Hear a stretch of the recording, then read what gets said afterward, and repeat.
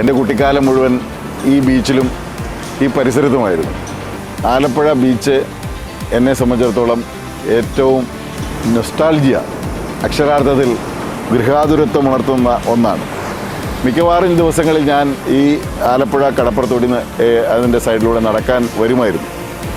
ബീച്ചിലൂടെ നടക്കുന്ന ആളുകളുടെ അഭിപ്രായങ്ങൾ എല്ലാം ശേഖരിച്ചാണ്, ചില നിർദ്ദേശങ്ങൾ പരിഗണിച്ചാണ് ഞാൻ ഈ ബീച്ചിൽ ഒരു വലിയ മാരിടൈം മ്യൂസിയം സ്ഥാപിക്കാൻ കേന്ദ്ര ഷിപ്പിംഗ് മന്ത്രാലയത്തോട് ആവശ്യപ്പെട്ടു. ബഹുമാനപ്പെട്ട മന്ത്രി ശ്രീ സോണോവാൾജി അതിന് അനുവാദം നൽകുകയും 250 കോടി രൂപയാണ് ആലപ്പുഴയിൽ മാരിടൈം മ്യൂസിയത്തിനായി അനുവദിച്ചത്.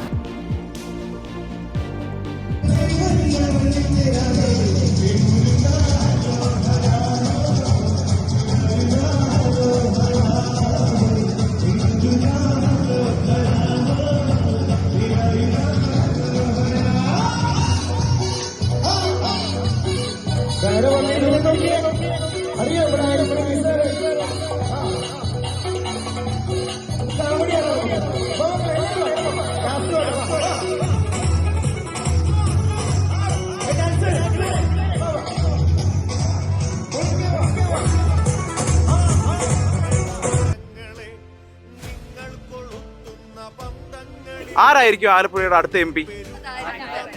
ആരിഫ് തന്നെ.